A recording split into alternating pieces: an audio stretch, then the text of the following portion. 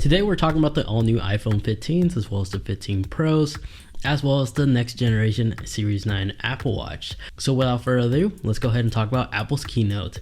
So yes, rumors were right, a new pink color was indeed added for the Apple Watch.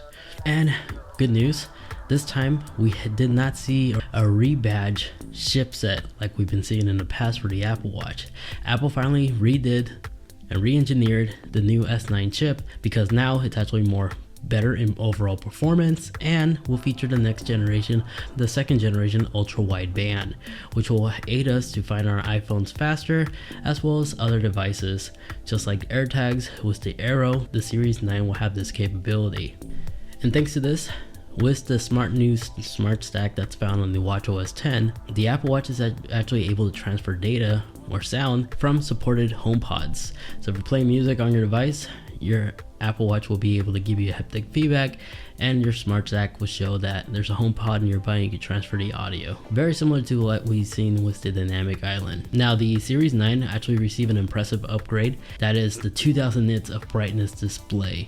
Previously the Apple Watch Ultra was the only one that had this capability to go up to 2000 nits.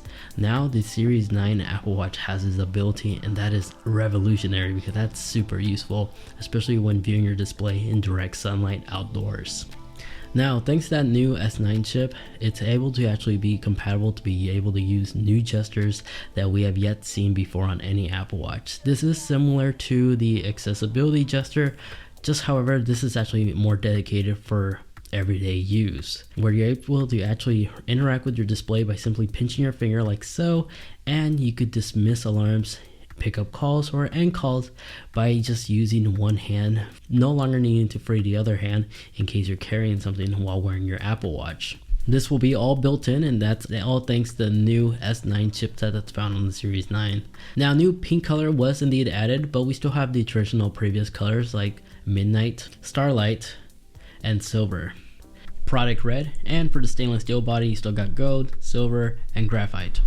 And if you select the Nike bands, they've been redesigned, especially the Velcro one, but the sport band will actually feature cool, unique patterns. And a new Nike watch face will also get added this time too. Now the starting price for the Apple Watch Series 9 will start at $399 for the entry level version. LT is also available and can be ordered today for pre-order, and the release date is September 22nd. Now let's move on to the Ultra 2, the second generation of the Apple Watch Ultra. Unfortunately, it's only available in that same titanium body color.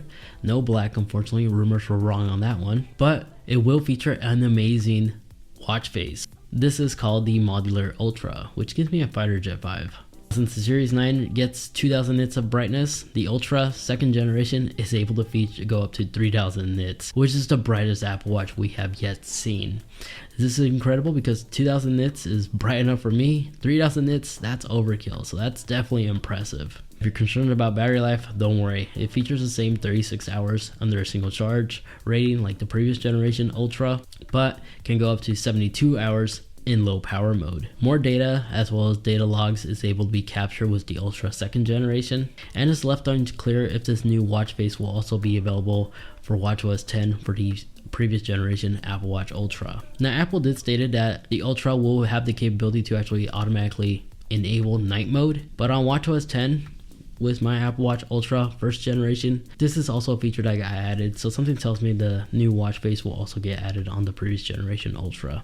But since it features the same body color, but they did give us new band colors to choose from the same traditional ones, I don't really see much of a big upgrade here to really make it worth upgrading from the Ultra 1 to the second generation. But the second generation Ultra will feature the S9 chip and will take full advantage of everything we've talked about on the Series 9. Will also be available on the Ultra 2. Pre-orders will start today and will become available on September 22nd. And the starting price is still $799 with LT standard. Now during this keynote, Apple also stated they're going to go carbon neutral by 2030, and a new fine woven leather option will be available.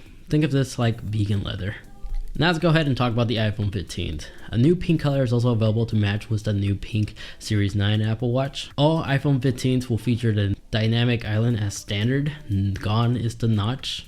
The silent button has been replaced with an action button, which will give you the full capability to actually customize to do other actions such as launch apps enable flashlight, and etc. It's all fully customizable and will also utilize the shortcut app to make it dedicated on some third-party apps. This is the first time the iPhone 15 will feature a new enhanced Super Retina display OLED, which will feature the capability to get brighter than ever before, up to 1600 nits and 2000 nits outdoors. It's only available in 6.1 and 6.7 display options, so again, carries over from the previous iPhones to the new iPhone 15s. And it's said to be curvier than ever before, making it easier to grip. New durable materials are added, including an improved ceramic shield and more light colors. And then it comes available in blue, pink, yellow, green, but if you like darker colors, a black is available.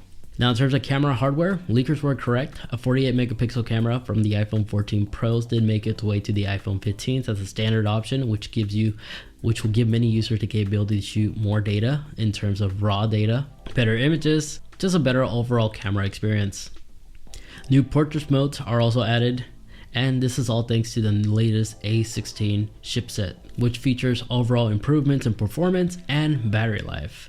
To still feature the same all-day battery, but in terms of battery life overall numbers, there's not really much. It stated that battery has been improved, but I guess we're just gonna have to wait and find out what does that really mean in the real world. And just like the Apple Watch, this will also feature the next generation, the second generation of the ultra wideband for finding all your electronics and people that are a part of the Find My app. Pre-orders for the iPhone 15 will begin on September 15th and will get released on September 22nd. The starting price is $799 for the standard 128 gigabyte storage. Then in terms of safety features, a new satellite assistant was added, this time featuring roadside service. This way, if your vehicle is stranded and there's no cellular connection, now you can actually utilize satellites, and this is all thanks and partnered with AAA, as this will become a free service for the first 2 years, minus the AAA service part. USB-C is here, and to those that were telling me that will never happen and just didn't believe me, even though the evidence was really right in front of us, USB-C is here. It's slightly slower on the iPhone 15 because the iPhone 15 Pro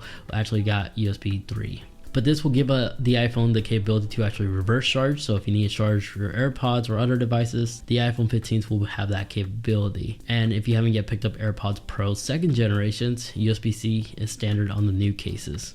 Now, let's talk about the iPhone 15 Pros.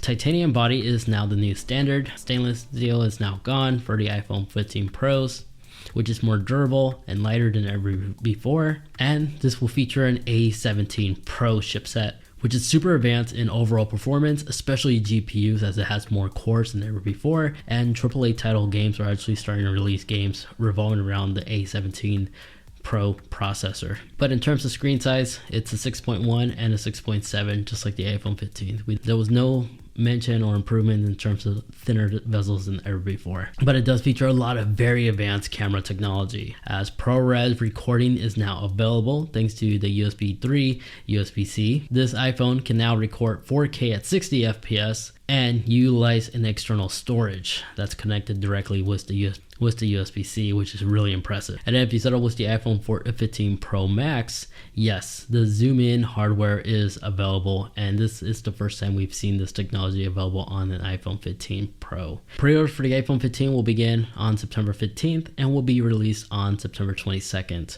Starting price is $999 for the iPhone 15 Pro with the 128 gigabytes. However, the iPhone 15 Pro Max will begin its storage at 256 gigabytes at $1,200 starting at. And pre-orders begin this Friday and will be also released on September 22nd. Other than that, there you guys have it. That is everything there is to know about the brand new Apple devices that's coming out right around the corner. Make sure you're subscribed because I do plan on getting my hands on every single one of these and making full hands-on reviews and cool ways you can actually utilize this to its full potential. So for all things tech, make sure you are subscribed, especially if you're also a part of the Apple ecosystem. Thanks so much for watching.